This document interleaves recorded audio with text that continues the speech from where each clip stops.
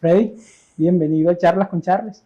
Gracias, Charles. De verdad, muy agradecido por el espacio, hermano. ¿Cómo vamos? ¿Cómo está todo? Bien, gracias a Dios, bien. Trabajando, moviéndonos todos los días. Lo que nos toca, ¿cierto? Así es. Bueno, Freddy es mi invitado, Freddy Sánchez Kerguelen. Freddy es politólogo de la Universidad Javeriana, experto en gerencia pública de la Universidad de los Andes, empresario y uno de los nuevas caras que estamos viendo en los liderazgos políticos en el departamento de Córdoba. ¿Lo dije bien? Qué halago y qué realidad. Ah, Charles. Sí. Así lo dijiste y así lo hemos hecho y así lo hemos trabajado y así lo hemos demostrado, ¿no? Okay. Lo hemos demostrado más que todo con hechos, con trabajo, con mucho amor por lo que hacemos, ¿no? Por mi profesión en parte, porque siento en gran medida que también la ejerzo. La política la hacemos todos los días, como digo yo, desde la mesa de la casa hasta cualquier espacio de relacionamiento social, pero al final del día la vida me ha puesto a ejercerla en distintos escenarios y uno de esos es en la acción política. Precisamente hoy vamos a abrir esta charla para que hablemos de política, ¿sí? de tu experticio. En la última charla que tuvimos, recuerdo yo que conversábamos y te decía, Freddy, yo siento que las decisiones que se toman en el poder político por lo general y que afectan la vida del ciudadano a pie, por lo general se hacen a puerta cerrada. Y hace poco vimos un ejercicio que quiso hacer el actual presidente, que creo que no le salió tan bien, no sé. Tú como politólogo, ¿qué piensas acerca de esto? Bueno, son dos cosas, digamos. Del tema de las decisiones, yo creo que, a ver, Charles, hay veces que, y hay que decirlo con toda franqueza, poner a tomar las decisiones a un número demasiado grande de gente, probablemente el resultado más certero va a ser que no tenga respuestas concretas. Sí. Porque, digamos, somos sociedades demasiado diversas, somos sociedades demasiado complejas, sí, con intereses cada uno de los seres humanos como seres humanos. Y si tú te pones de fondo a analizar por qué tenemos representación y por qué tenemos instancias gubernamentales donde la gente vota, a través de voto popular en el caso de Colombia, que estamos en una democracia, es para precisamente también en parte para eso, es decir, para que la gente vote por una persona que tome las decisiones por ti porque tú confías en esa persona. Sea en el Ejecutivo, casos de alcaldía, gobernación, presidencia, sea en el Legislativo local, en el caso de los consejos de asamblea o en el Congreso de la República. Unos para hacer normas, otros para ejecutar proyectos, presupuestos y demás, o para administrar un presupuesto y una ciudad o un departamento. Pero al final del día, más allá de que se hagan a puerta cerrada, porque hay decisiones que toca tomarlas un número de personas elegidas popularmente o por un gobierno, pues también hoy en día, por otro lado, está la posibilidad de hacer un mecanismo o muchos mecanismos a través de tecnología, a través de otro tipo de ideas pedagógicas, de poder tomar decisiones colectivas, haciendo más partícipe a la ciudadanía y haciendo más transparente la toma de decisiones. Al final del día, el ciudadano, Charles, la preocupación más grande no es cómo se toman las decisiones, sino la preocupación y la molestia grande es que a los ciudadanos no se les rindan cuentas. Sino por qué tomas tú una decisión y después no me dices qué pasa con esa decisión. Si tú tienes un presupuesto y tomas una decisión de un presupuesto, tienes que decirme a dónde van esos impuestos para que la gente confíe y de manera transparente se le pueda contar qué es lo que está sucediendo. Paso a paso. A veces las cosas salen bien, a veces las cosas salen mal. Hasta los mejores líderes han cometido errores y hasta los mejores líderes tienen dificultades. Pero para eso está la transparencia con el ciudadano, la comunicación con el ciudadano, ¿sí? Porque a ti te eligen para administrar, digamos, un presupuesto o algo. Al final del día, tú como ciudadano quieres saber qué está pasando con eso y que al final del día, vuelvo y repito, eso se refleje en beneficio para ti, para tu vida, para tu comunidad, para tu ciudad y puedas tener una vida más fácil y más tranquila, que esa es la meta eventualmente de un gobierno o de un buen líder político, hacerle la vida más fácil a la gente, ¿sí? Que la gente pueda desarrollarse dentro de sus libertades propias, pero que esas decisiones, así como pueden ser colectivas o pueden ser de un grupo de líderes, se vean reflejadas en hechos, en actos, en circunstancias o inversiones, etcétera, leyes, normas, como quieras, que te ayuden a que tú vivas mejor, a que tu país esté mejor, a que tú tengas más seguridad, a que tú tengas mejor economía, pero por supuesto que también es un ejercicio de corresponsabilidad. al final del día también tiene una corresponsabilidad el ciudadano, la persona que vive en el territorio y que eligió a ese líder, desde la responsabilidad que tuvo al votar por quien está tomando esas decisiones, hasta la responsabilidad de cuidar y de saber que como ciudadano tienes unos deberes y tienes unos derechos también. Okay. Entonces, fíjate que es ejercicio colectivo, no es ejercicio de señalamiento de exigencias y yo quedarme en mi silla quieto, estupefacto, creyendo que todo me va a llegar de un lado o del otro. Total. Pero ¿y este ejercicio que vimos esta semana, cómo lo viste? Desastroso. Desastroso, sí. Sí, Porque eso se desvirtuó. Sí, yo te voy a decir algo y eso tiene varias visiones. Te voy a dar mi primera mirada Sí. desde la óptica analítica de la ciencia política. Hay algo dentro de la ciencia política que se llama el marketing político. Y yo en estos días conversaba y le decía a algunos amigos, no se equivoquen, ¿no? Digamos, Petro políticamente necesitaba mantener o necesita mantener para las próximas elecciones esa base del 25-30% de los votantes que han votado toda la vida ciegamente por él, por la izquierda, por la figura sobre todo de Petro y lo que él representa o lo que ha representado en sus luchas, que además en otras ocasiones son válidas. Y todo este reality, todas estas ganas de volver a darle una especie de nuevo aire, bien sea que tú lo catalogues un aire bueno o malo, es poder decirle a la gente, aquí estamos tratando de ser transparentes, estamos tratando de mostrarle lo humano, si tú te das cuenta de ese discurso. Okay, ¿Sí? Te das cuenta que hablaron de todos los problemas del país, corrupción, inseguridad, que ellos son conscientes que no han resuelto, que no han hecho lo suficiente, que les ha quedado grande, pero quisieron mostrárselo un lado más humano para que el votante que lo sigue a él piense que de una u otra manera eso le da otro aire o otra característica humana y que en la psiquis del ciudadano eso se vea como más bondadoso, ¿cierto? A ese votante, a ese 30%, a ese 25% del país. Y en esas acciones, esos shows, porque al final de cuentas no terminan siendo más que un reality, que un show, que un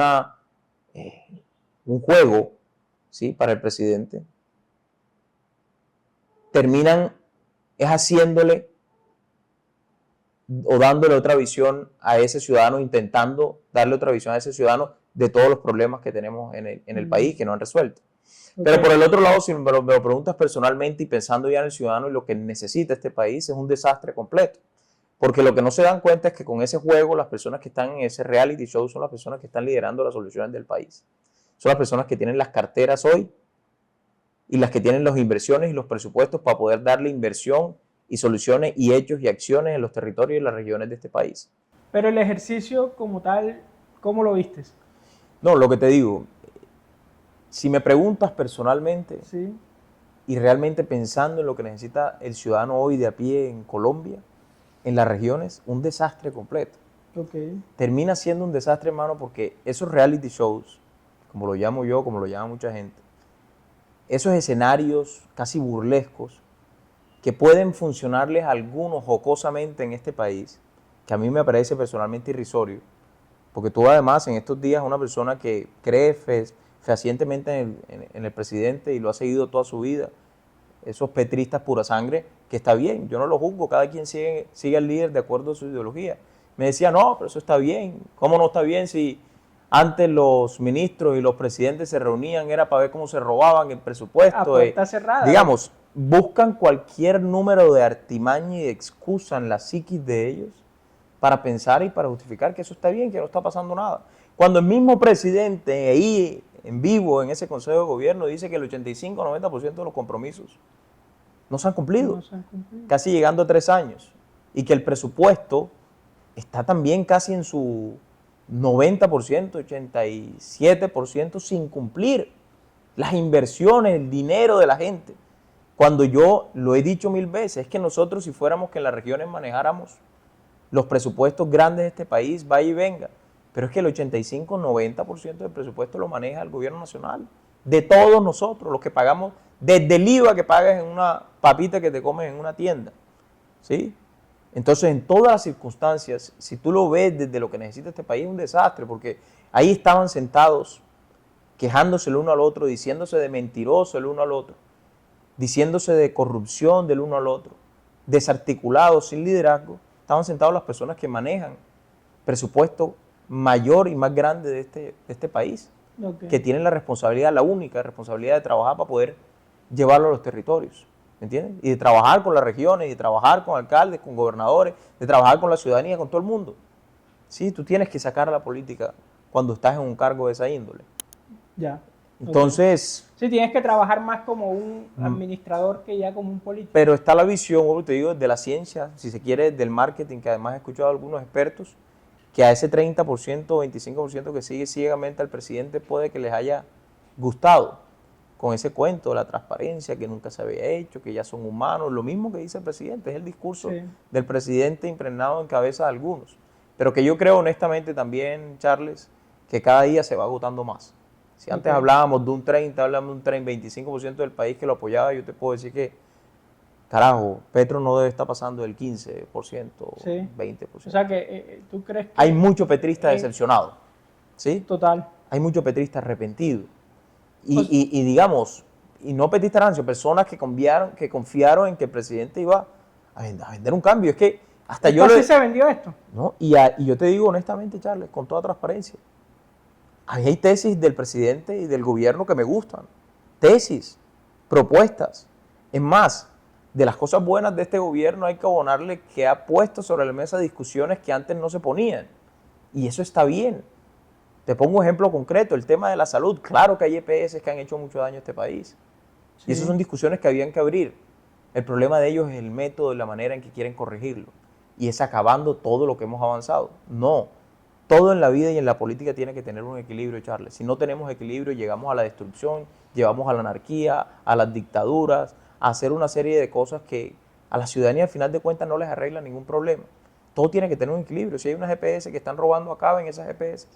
Conviertan las otras, transfórmenlas, modifiquen, claro, las funciones, pero mantengan al privado, el que le hace las cosas bien, a que también ayude a prestar los servicios del Estado. Muchas veces el Estado no puede solo, como muchas veces la avaricia del privado tampoco sirve. Entonces tiene que haber un equilibrio. O sea que yo creo, no sé si tú compartes mi pensamiento, que para el 26 la izquierda, digamos que ya con todo esto que hemos visto está casi que derrotada. Lo que pasa es que en política y en campaña, sobre todo electoral, y eso hay que ser muy claros, no hay enemigo pequeño y nunca enemigo muerto. Y tampoco contrincante pequeño o disminuido. Todo es circunstancial. Yo siempre le he contado a la gente y he tratado de vender este mensaje porque es importante que la gente lo sepa cuando están metidos en este mundo. Y es, la política es un cúmulo de fotografías que al final ves el video, no es un video continuo. La fotografía de hoy es muy diferente a la fotografía de mañana. Porque somos humanos y las circunstancias cambian, ¿cierto? Aquí las cosas se modifican por intenciones y emociones humanas permanentemente. Y la fotografía cambia y de aquí a 6 meses la fotografía va a ser muy distinta. Entonces no es que la izquierda esté perdida, es que ha perdido fuerza y es una realidad hoy, ¿cierto? Hoy es una realidad. Y normalmente en teoría política también hay algo que dice que cuando el péndulo va demasiado hacia un extremo, eso es un péndulo. Entonces el péndulo hoy está a la izquierda, el presidente no ha hecho nada para bajarlo un poco, sino tirarlo cada vez más a izquierda, radicalizar más y más, ¿cierto? Se supone que ese péndulo, si entre más suba, más fuerte se devuelve. Se supondría que fuese a la extrema derecha o a la derecha, cosa que yo no creo. Yo creo que Colombia va a transitar a un tema de centro y tirado más a centro-derecha. Hay que ver hasta qué derecha va a tirar, pero va a ser un tema de centro-derecha. La gente también está cansada del conflicto, del populismo en gran medida. ¿Sí? La gente lo que quiere es soluciones. Y la gente quiere un gobierno, creo yo, también dentro de todo sensato, que cumpla, que haga las cosas que tiene que hacer. Ahí no quieren ver tampoco tirando tanto discurso, tampoco tirando tanta emotividad. Si bien la emoción funciona en política, aquí la gente quiere ver resultados. La gente quiere ver hechos, acciones, inversiones. A mí no me hables que vas a hacer una obra, sino háblame cuando me estés entregando la obra. A mí no me hables que vas a hacer una acción social, sino háblame cuando me estés entregando la acción social. ¿Sí? Háblame que yo lo pueda sentir. Ahora, que tú me cuentes el proceso es maravilloso, porque todo tiene un proceso. Y esa es otra de las cosas que necesita la política colombiana. A la gente hay que contarle con transparencia cómo funciona el Estado. La gente muchas veces cree que eso es montarse en una curul de cualquier índole, eso de inmediato resulta unos efectos maravillosos y mágicos. tampoco es No, así. es un proceso. Todo tiene procesos. Además, quienes estamos en esto tenemos que procurar entrar con un espíritu profundamente reformista. Y en eso, incluso quítate la palabra de la mente y le digo a la ciudadanía, quítense la palabra del imaginario constituyentes o reelecciones, ni siquiera para eso. Es que el Estado necesita reformas profundas para adaptarse al momento de la ciudadanía de Colombia que hoy está viviendo. Los jóvenes, las tecnologías, las nuevas eras, ¿sí me hago entender? Que creo que tenemos un estamos Estado, rezagados en eso, ¿no? sí, tenemos un Estado demasiado cuadriculado y rígido. Sí, Y con un avanzado síndrome mucho. de tramititis interna e intrínseca que no se nos saca. Y una cultura organizacional y política y administrativa arcaica. Y que si nosotros no modificamos eso, este Estado también va a ser muy diferente avanzar. Porque te puedes montar como muy buen piloto a manejar, pero tienes un tractor viejo que no anda, hermano. ¿Sí? Y creo que, o sea, y lo que tú dices es muy cierto y estoy contigo en eso. Yo hay algo que en el gobierno anterior yo no logré entender nunca y fue cuando Uber se tuvo que ir del país. O sea, yo decía, pero ¿cómo es posible que tengamos que un país tenga que cerrarle la puerta, digamos, a este tipo de nuevas formas de empresas? Porque sencillamente no, por lo que tú dices, porque somos un país rígido. ¿Por qué esa falta de flexibilidad en estos temas? Hay una propuesta que se llama la propuesta de la tercera vía en el Estado. Sí. Y hay un dicho que habla de ella como el mercado hasta donde sea posible y el Estado hasta donde sea necesario. Ok. ¿Sí? Pero yo lo transformaría hoy en día y lo llamaría el mercado hasta donde sea posible y saludable y el mercado hasta donde sea necesario. Y el Estado hasta donde sea necesario. ¿Sí? Sí. El mercado hasta donde sea posible y saludable y el Estado hasta donde sea necesario. ¿A qué voy con esa frase? Ajá. El cuento de Uber es un poco en gran medida de eso y un poco también en gran medida de cultura de país. Pues claro, nosotros tenemos un gremio de transportes importante en el país, transportadores intermunicipales, nacionales, internacionales, locales, taxis. Bueno, aquí tenemos en ciudades como esta todavía el fenómeno del mototaxi. Y sabemos que hay una economía difícil de sustituir de un momento a otro. Ni más faltaba que hay rencillas cuando viene tecnología o nuevos servicios que te ofrecen a ti un servicio como ciudadano mejor, con mejor precio y lo escoges por facilidad y por recursos y capacidad adquisitiva. ¿Me entiendes? Sí. Obviamente hay otros servicios que tienen que adaptarse, que tienen que mejorar. Entonces la búsqueda del equilibrio. Porque también no puede ser que una plataforma, y hay que decirlo, llegue a un estado a su libre albedrío a hacer lo que le da la gana y a pagarle mal a la gente y demás y demás. Pues también tiene que tener un equilibrio en las regulaciones y está bien. Yo creo que Uber y las otras plataformas que han llegado a otros lados, si entran a regularlos de manera adecuada, tienen que aceptar esas regulaciones para poder operar porque eso es competencia. Allá voy. Porque el mundo de la tecnología también ha abierto un mundo de posibilidades donde no hay espacio para regular todavía, porque el Estado todavía no está preparado para eso. Pero mientras el Estado se prepara, entonces ellos tienen que acompañar a que el Estado también se prepare, que esté listo para poder recibirlos y regularlos de manera adecuada, justa, que ellos produzcan, pero también permitan a otros actores producir y no se genere una desventaja en la competencia. Pero no se trata de que le impongas temas a Uber para que se tenga que ir. Tienes que buscar el equilibrio con los taxistas, con los mototaxistas, con el transporte masivo, en el caso de Bogotá, por ejemplo, Transmilenio, ¿sí? Entonces, todo eso al final es un tema de equilibrio, pero no puedes permitir que el capitalismo se ahuyente y la tecnología y las grandes plataformas las ahuyentes, porque al final del día también prestan un servicio que genera empleo, que genera calidad, que genera facilidades y que es necesario. Si no fuera necesario, no entrarían a un país como estos, ¿sí? En alguna medida. Total. Entonces, vuelvo y te repito, las cosas son de equilibrio, Charles, son de diálogo, son de consensos, son de buscar las soluciones en conjunto y de saber que el Estado necesita del mercado y el mercado también necesita tener una relación saludable con el Estado para poder brindarle beneficios a la gente, porque al final del día también terminan siendo servicios que afectan a la ciudadanía, que así como generan empleo, también tienen unas obligaciones en el empleo y que así como prestan un servicio, también deberían tener unas obligaciones en la prestación adecuada de ese servicio. Entonces, Sí. por eso redundo de nuevo en la frase que te dije al inicio. Ok, El mercado hasta donde sea posible y saludable y el Estado hasta donde sea necesario. ok. Es la política, y lo hablábamos también en una conversación que tuvimos, para mí, personalmente, la política es un ejercicio de poder más que de servicio. Creo que el servicio pues como que se camufla allí, pero termina siendo un tema de poder, más no de servicio. Tú como politólogo, o sea, ¿qué piensas? No, totalmente de acuerdo. La política es la búsqueda del poder, la búsqueda del poder, y eso está escrito en literaturas y lo ha dicho permanentemente todo el mundo. Pero no quiere decir que a través de la política no pueda servir.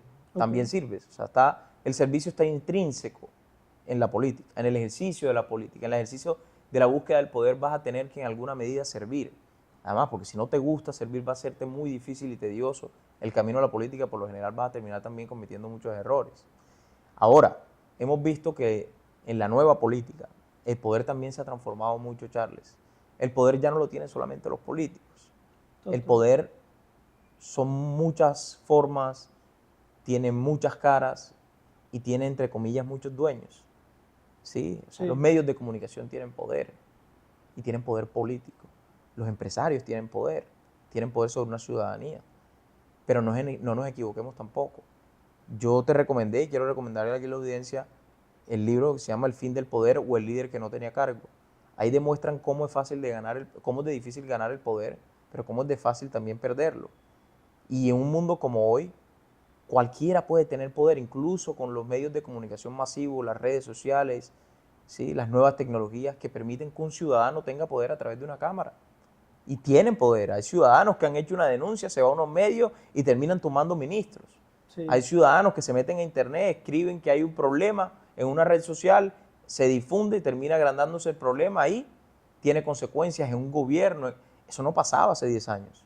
Sí, sí, por eso en el fin del poder ponen el ejemplo de cómo cayeron y cómo empezó la crisis económica del 2008 en Estados Unidos, ¿sí?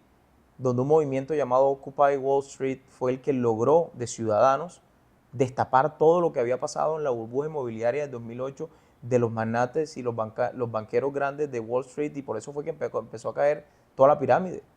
ok, Y fue un grupo ciudadano, así como otros múltiples de casos de grupos ciudadanos organizados, colectivos, que tienen poder también cuando deciden tomarse las riendas y decisiones que afectan el poder de las diferentes esferas. Entonces, digamos que el poder está en todos lados. Tú también, si tú tienes una empresa, para bien o para mal, tienes un poder sobre tus empleados.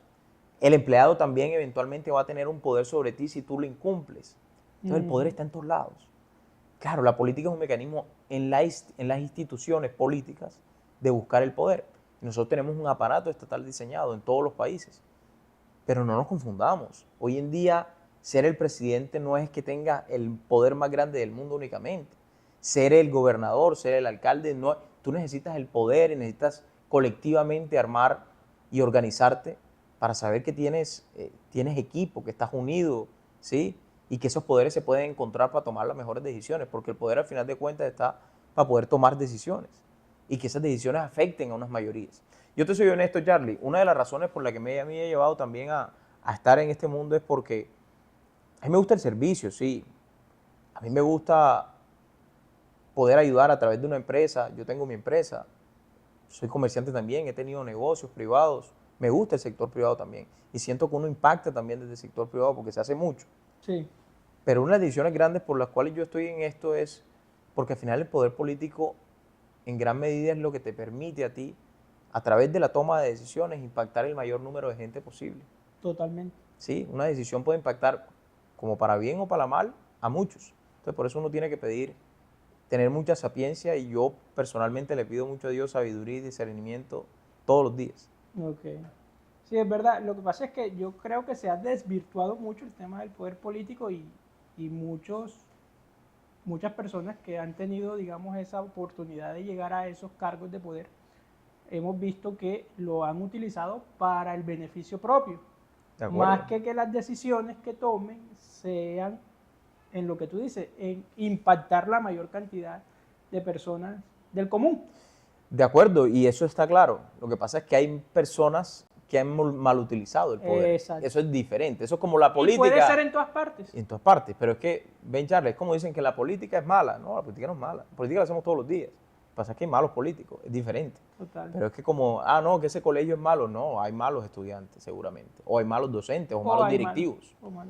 Eso es un problema de personas, ¿sí? O sea, es decir, y yo en estos días decía, las batallas políticas de hoy ya no son ni siquiera políticas. Las batallas políticas que nos va a tocar a dar nosotros los nuevos liderazgos, las nuevas generaciones, son batallas culturales. Son batallas generacionales, son batallas de valores y principios. Porque es que sin eso, hermano, no hay nada. La línea se rompe completamente y van a utilizar el poder para hacer el mal, no hacer las cosas bien. Sí. Y cuando tú lo utilizas para mal, claro que tiene un poder nocivo, es de las instituciones. Pero no nos equivoquemos tampoco. En el sector privado y el empresariado también ha utilizado mal el poder. Y también ha utilizado mal las decisiones. Y también en el sector privado hay corrupción. Y también en la academia hay corrupción. Y también en otros sectores hay corrupción. En la ciudadanía hay corrupción. El día a día tenemos corrupción y tenemos problemas y utilizamos mal lo que nos brinda las ciudades y un resto de movimientos. Entonces, ¿qué es lo que pasa con el poder público? Su segunda palabra, que es público. Y estamos sometidos al escrutinio público. Digamos, es una de las características intrínsecas de lo público, por eso se llama público, ¿sí? Okay. El privado no. Pero es un tema de valores, principios y es cultural, ¿sí? Tú te das cuenta y tú lo sabes, aquí se premia más vivo. Sí. Cuando no debería ser así. ¿Sí? A ver, todo el mundo en este mundo quiere que le vaya bien, quiere ganar, quiere hacer cosas. Eso es válido. Eso es de ser humano y todo el mundo quiere echar para adelante. Pero la cultura del más vivo está impregnada, la cultura de que hace el mal y ese se felicita está impregnada. ¿Sí? Y es un tema histórico también en Colombia. Sí, sí, cultural. Cultural, que eso es lo que hay que erradicar. Insistir. Freddy, fuiste candidato a la alcaldía. Te conoces muy bien esta ciudad por tu experiencia en la campaña y tu aspiración que tenías, y ahora estás en un tema del departamento. Entonces asumo que te conoces bien el departamento. Y hay un fenómeno que yo he visto aquí en la ciudad, y es que son pocas las empresas que hacen transformación de una materia prima en un producto terminado. Vemos que Montería en realidad tiene como más una vocación de ser como distribuidor, almacenamiento, temas logísticos, más que transformar una materia prima en un producto terminado, que en mi opinión es donde está el valor agregado. ¿Por qué crees que se da eso acá?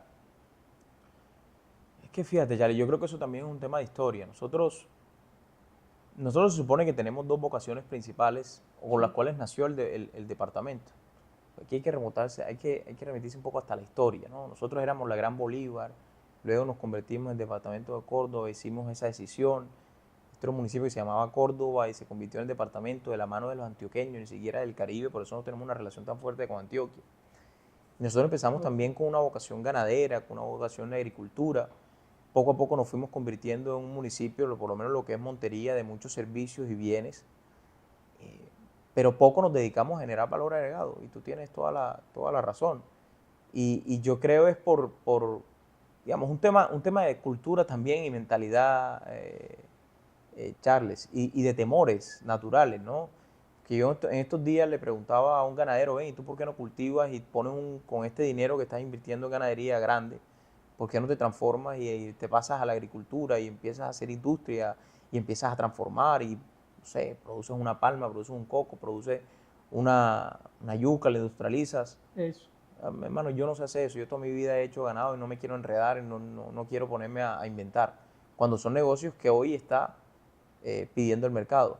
Entonces tenemos una serie de vocaciones culturales inquietadas que no están mal, pero nos hemos dado cuenta que todo el potencial que nosotros podríamos tener es una necesidad que hoy está pidiendo el mercado, nacional e internacional.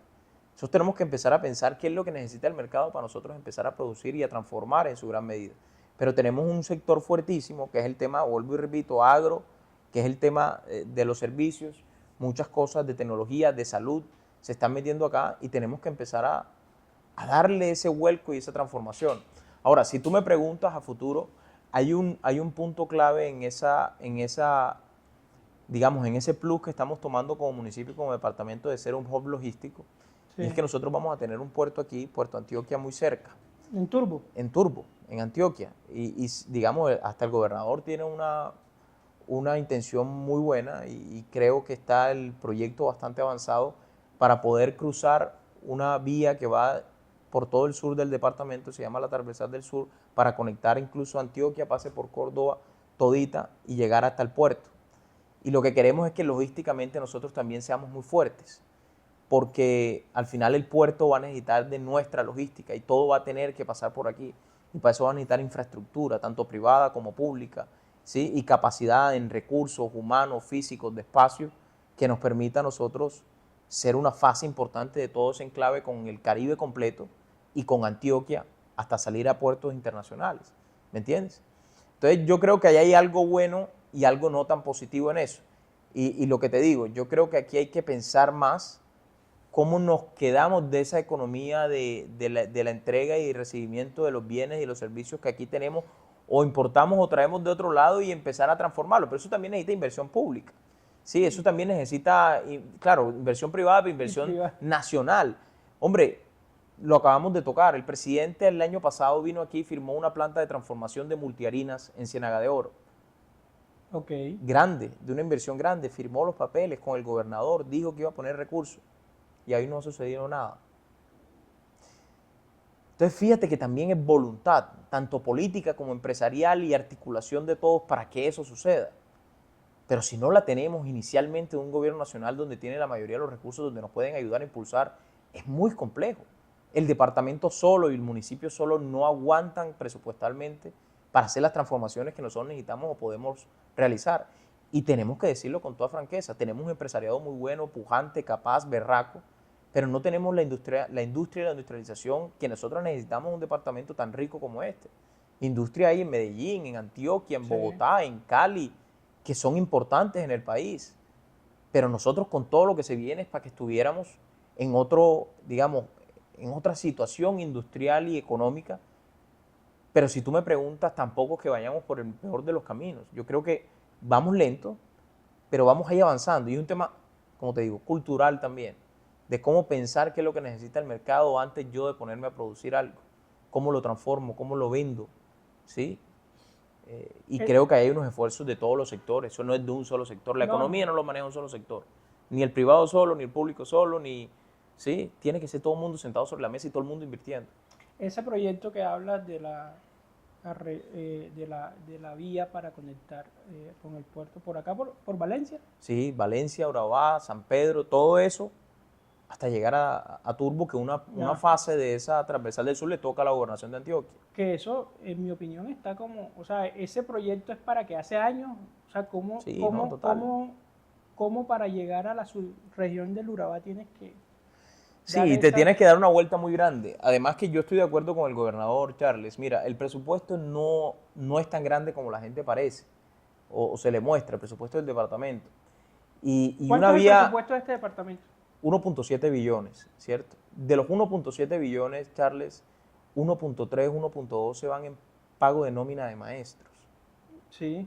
Es decir, estás hablando casi del 70%. O sea, el gobierno departamental termina siendo un pagador de nómina de maestros en su gran medida, ¿sí? Y eso es un recurso que te gira en la nación, que tienes que pagar, que no puedes destinar a otra cosa por ley.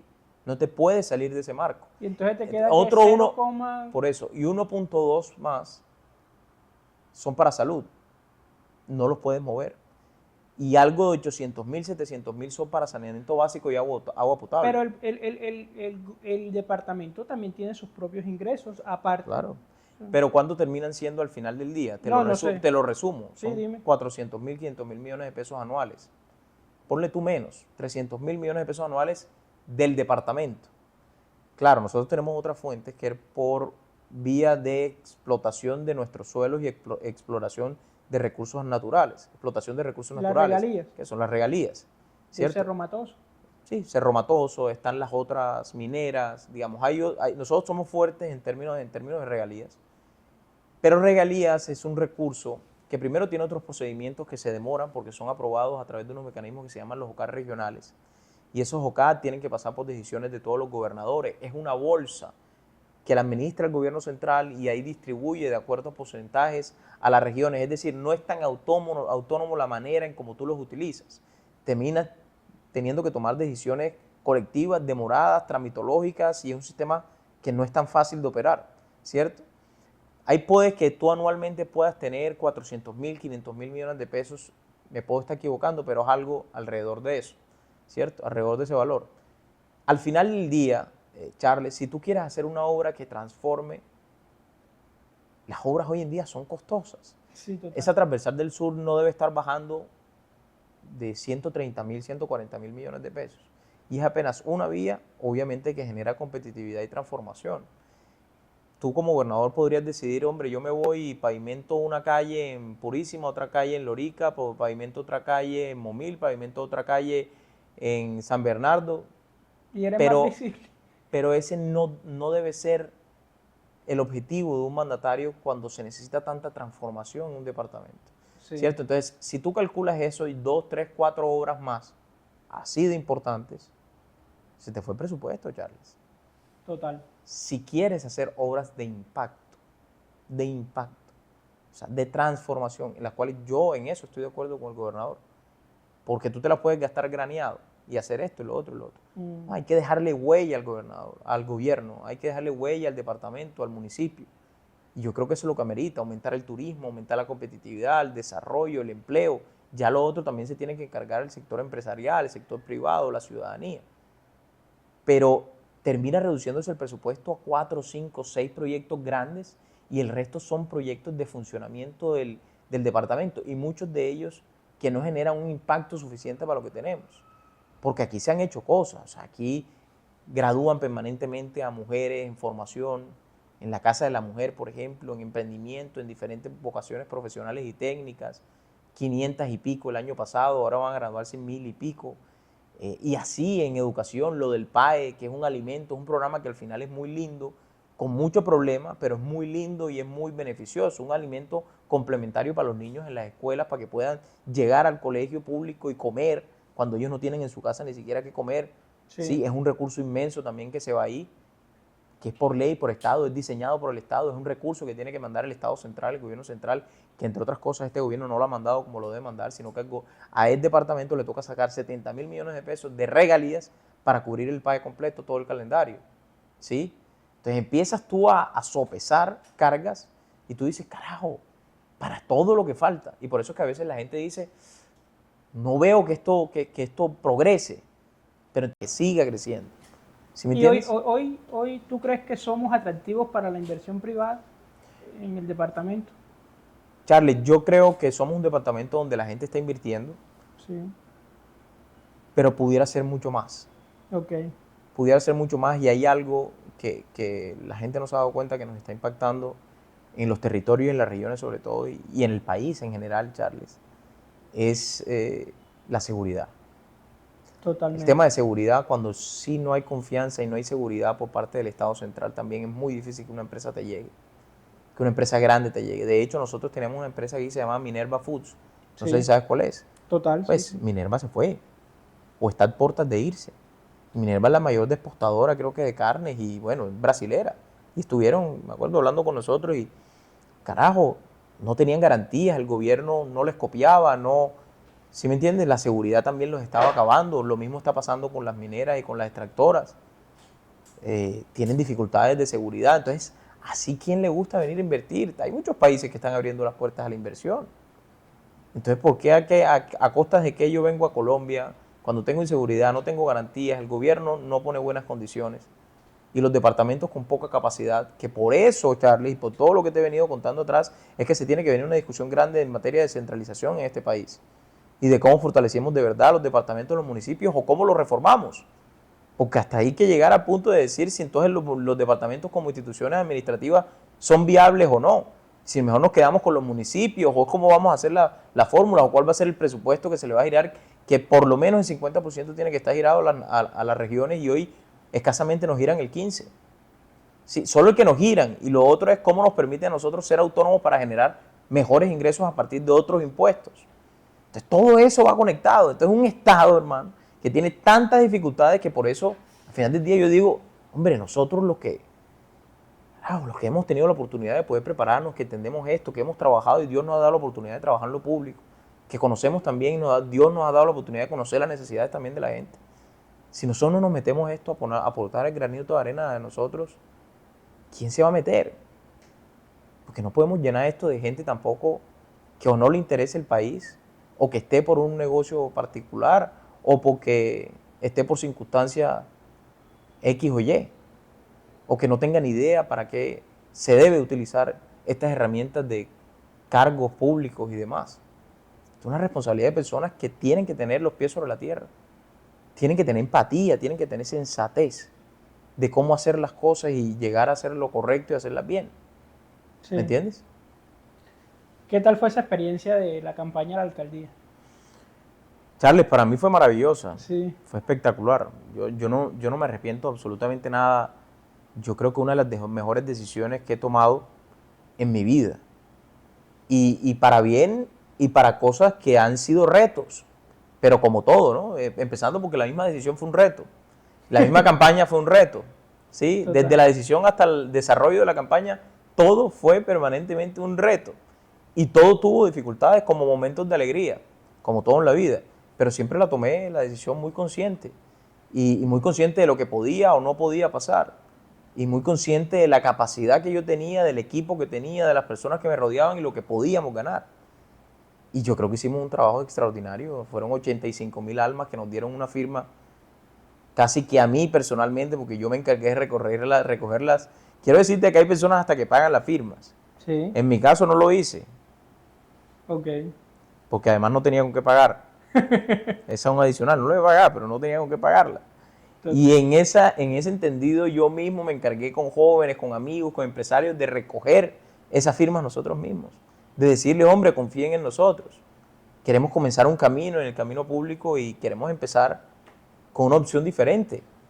Sí. Y yo creo que ese objetivo lo logramos. Mandamos un mensaje, construimos un programa de gobierno espectacular. Eventualmente ayudamos a algunas personas que quisieron aspirar al consejo a que sacaran adelante una campaña. A uno le fue bien, a otro no tan bien, pero como todo. Pero fue un ejercicio espectacular. A mis 30 años, liderando un equipo casi de 60 personas, organizando, siendo 7 veces gerente y simplemente con unos ahorros que tenía mi esposa y yo vendí un carro y vendí otra cosa y con eso arrancamos. O sea, tú apostaste todo tu patrimonio prácticamente. Yo llegué a un momento, Charles, en la campaña en que el mes siguiente no sabía con qué iba a pagar ni el mercado, ni la luz, ni el arriendo.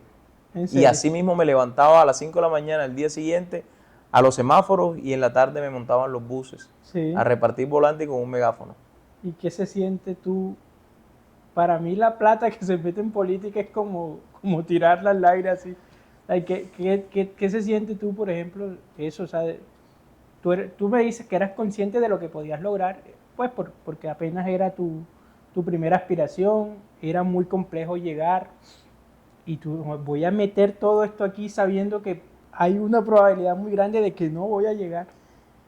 Lo que pasa, Charles, es que hay unos que la vida les ha dado, y está bien, la vida les ha dado la oportunidad de que todos, digamos, algunas cosas las tengas más servidas. Okay. Algunos le llegan por circunstancias de que están en un equipo político, otros porque son hijos de, o son sobrinos de, o son familiares de, y digamos, cada quien en sus circunstancias. Yo no critico absolutamente a nadie en ese sentido. Pero yo tenía claro que a mí no me iba a tocar así. Digamos, a pesar o en beneficio de que mi familia toda su vida fue política, pues yo nunca heredé absolutamente nada. Algunos me decían a mí, no, Delfín. Yo Delfín, no, si me la quieres decir por el nombre está bien y te lo acepto, pero de heredar votos o dinero o capital o lo que sea, absolutamente nada. A mí me tocó trabajar de cero. Y como yo lo sabía, y yo soy una persona que me ha gustado tanto también emprender, el emprendimiento lo tomé como un emprendimiento, Charles. ¿Tú qué haces cuando vas a emprender? No, pues tú comienzas con las uñas. Claro. Comienzas con las uñas y muchas veces te va a tocar sacar de tu bolsillo y tú vas a decir, ¿qué hago? ¿Cuándo veo el retorno de esto? Son las mismas preguntas. Lo he vivido en carne propia. Por eso, son las mismas preguntas en las mismas situaciones. Yo lo comencé como una idea, luego empecé a materializarlo y comencé a invertir de a poco. Ya invertimos.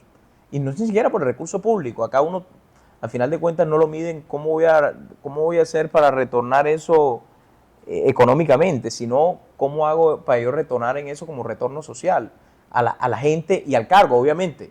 Los cargos públicos y las instituciones públicas pues tienen sus salarios y tienen sus sueldos y tienen sus pagos, y ¿sí? Entonces es invertir, es sembrar. Y esto es un camino que apenas comenzó ahora que hicimos el ejercicio del 2023. Pero tenemos mucho camino por delante. Yo tengo escasamente 32 años, Charles, lo que hay es camino por recorrer. Freddy, ¿y si crees en tu experiencia que uno pueda hacer una campaña casi pues, sin tener que invertir? Porque uno ve, o sea, no es un secreto, y todo el mundo sabe que en las campañas se necesita el recurso económico para poder lograr. O sea, uno ve y cuando yo escuchaba las noticias cuando todo este escándalo de esta senadora que la patrocinaba este grupo económico del Atlántico, que hablaban de 17.000 millones para llegar al Senado. Y yo, uno decía, o sea, no es un secreto que se necesita invertir en la campaña para llegar. ¿Tú crees que una persona sin invertir pudiera lograr algo? Yo creo que sí se pueden lograr muchas cosas, Charles. Quizás no llegar a donde quieras, pero puedes lograr iniciar. Y fue un poco lo que me sucedió a mí. Es decir, la política cuesta dinero y uno no puede decirse mentiras, y tampoco me gustaría que la audiencia se llevara esa mentira. Y yo lo sabía incluso antes de aspirar, cuesta dinero. Y ni siquiera por lo que hablábamos en la conversación pasada, no es porque tú tengas que salir a decirle a alguien coge 20.000 o 50.000 para que votes por mí comprando un voto, sino porque todo cuesta. Si tú vas a salir de tu casa a visitar a una persona, así sea que te vayas en moto, la moto te va a costar. Así sea que te vayas caminando, te va a costar una botella de agua. ¿Sí? La logística del movimiento político, que es permanentemente estar en calle, en contacto con la gente, estando en todos lados. Si yo te invito a mi casa, te invito a algún lado, a un restaurante, la oficina, el café, todo cuesta. Y eso es un tiempo de permanente gasto, porque normalmente los que están en una campaña electoral se dedican a la campaña electoral. Si es que tú tienes la intención de verdad de hacer un buen trabajo, de ganarte la confianza de la gente y que la gente vote por ti para que tú puedas llegar a un cargo. Lo que pasa es que aquí han sobredimensionado y sobredesproporcionado los valores de la política, ¿sí? Y no te hablo ni siquiera por el político que paga la plata. Claro, aquí hay campañas, Charles, que cuestan 25.000, 30.000 en el país, completo, en todos lados, y eso no solo aquí en estas regiones, No, todo el país. Es Colombia en general, y te llamaría no solo Colombia, te vas a otros países y seguramente es igual. Cuestan muchísimo dinero, mucho más de lo que hablan los topes de elección, y eso hay que decirlo con toda transparencia, porque ahí vivimos como una especie de medio hipocresía en términos de topes electorales, que son unas cosas que yo creo que el Estado tiene que entrar a reformar porque no está atañido a la realidad. La realidad del votante es otra cosa, y por eso te digo, no es solo el político que saca la plata o el empresario que apoya al político o lo que sea, es también la ciudadanía cómo vota.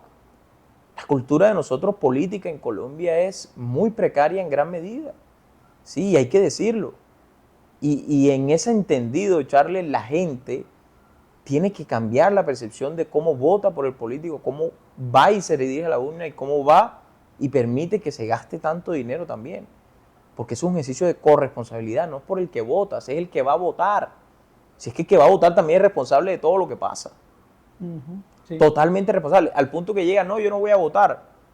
Pues tampoco es tan sano decir, no, yo no voy a votar, porque es que al fin de cuentas yo te lo dije, si la política tú no te metes con ella, la política se va a meter contigo y después vas a estar quejándote. Entonces no tienes con qué quejarte. Y si tú me diste el voto, tampoco tienes por qué quejarte. Sí, porque lo que hace es aportarle a ese círculo vicioso. No es virtuoso, es vicioso. Y haces aumentar la bola de nieve. Y eso produce entonces de nuevo decepciones, y eso hace que la gente genere más animadversión contra el político, la política, las instituciones, y eso hace que se gaste más plata. Es que el tema aumenta y parece que no echara para atrás.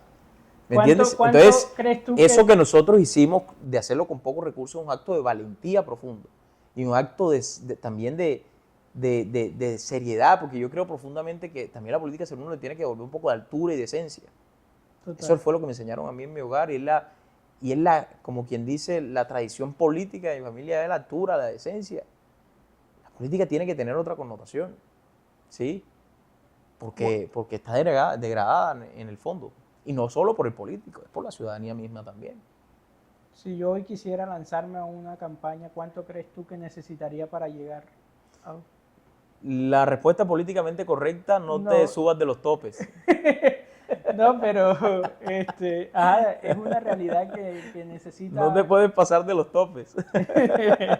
Pero no, o sea, es decir, No, pero ¿qué o sea, cargo, es que qué tú lo cargo? decías ahorita, es que, por ejemplo, tenemos la fortuna de que estamos aquí en el casco urbano de Montería, pero la realidad es que hay votantes que están, no sé, en corregimientos súper lejos donde salir a votar representa un gasto Y y él te va a decir, yo no voy a ir y gratis. era lo que yo te decía.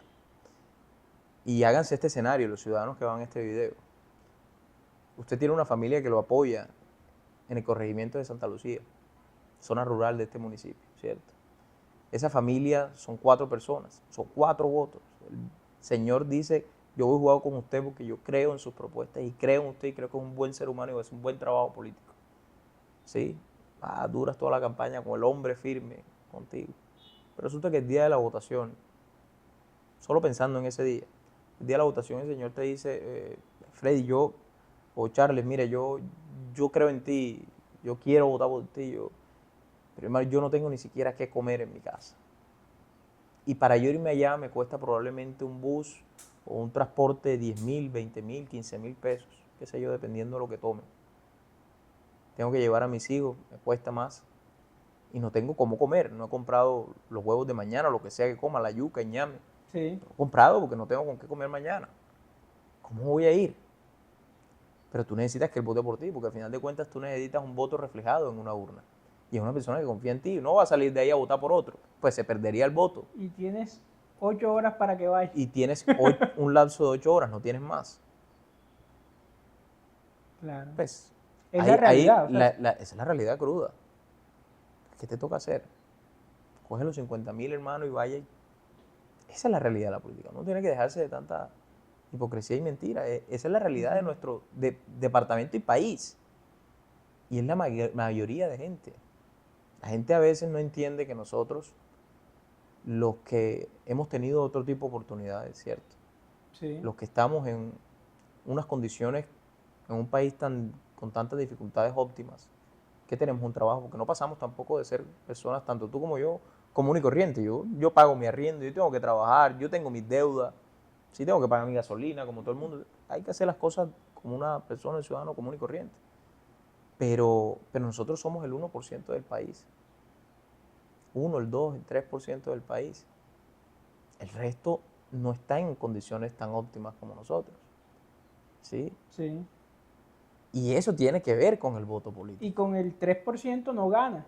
Con el 3% no ganas. Era lo que me decía al final del día cuando yo tomé la decisión de adherir a otra campaña, en la campaña electoral. Mucha gente me criticó y eso estuvo bien. Pero yo le decía, me apoya mucha gente, pero nosotros necesitamos ganar para poder... Eso no se trataba de mí, se trataba de cómo logramos que mi visión llegara a transformar un territorio, a aportarle un territorio. Y resulta que ya habían unos números que no nos daban. Y era claro que la ciudad estaba dividida y eso se mide, es un mecanismo de medir tú cómo estás en la ciudad. Y claro, yo tenía muchísima gente apoyándome.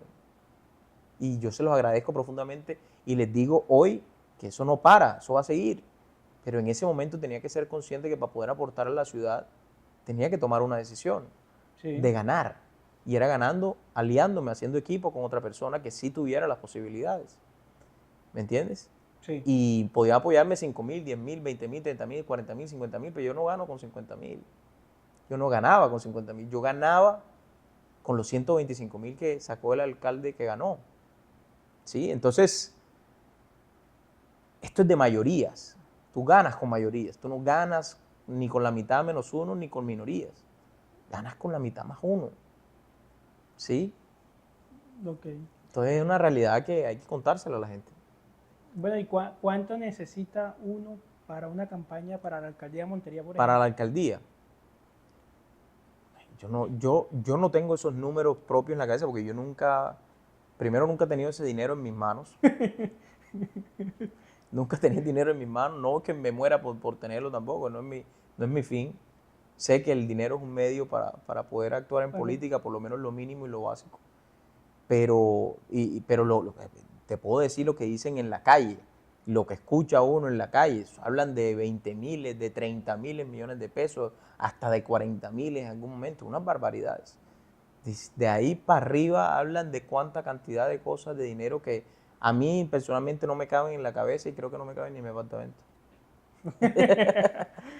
Hermano, esto ha sido fascinante, esta conversación contigo. Muchas gracias por abrirnos las puertas de tu casa y bueno, esperemos conectar con muchas personas con esta charla.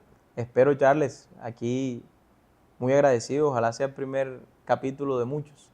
Ojalá sea el primer capítulo de muchos. Nos reunamos cuando estés más adelantado en tu proceso Así es, político. Ya nos vamos a ver en otros escenarios, hermano. Muchas gracias, de verdad. A ustedes, muchas gracias por estar en este canal. Los invitamos a que interactúen, comenten, compartan, le den me gusta y recomienden el canal con todos sus allegados. Hasta una próxima charla con Charles. Chao. Chao.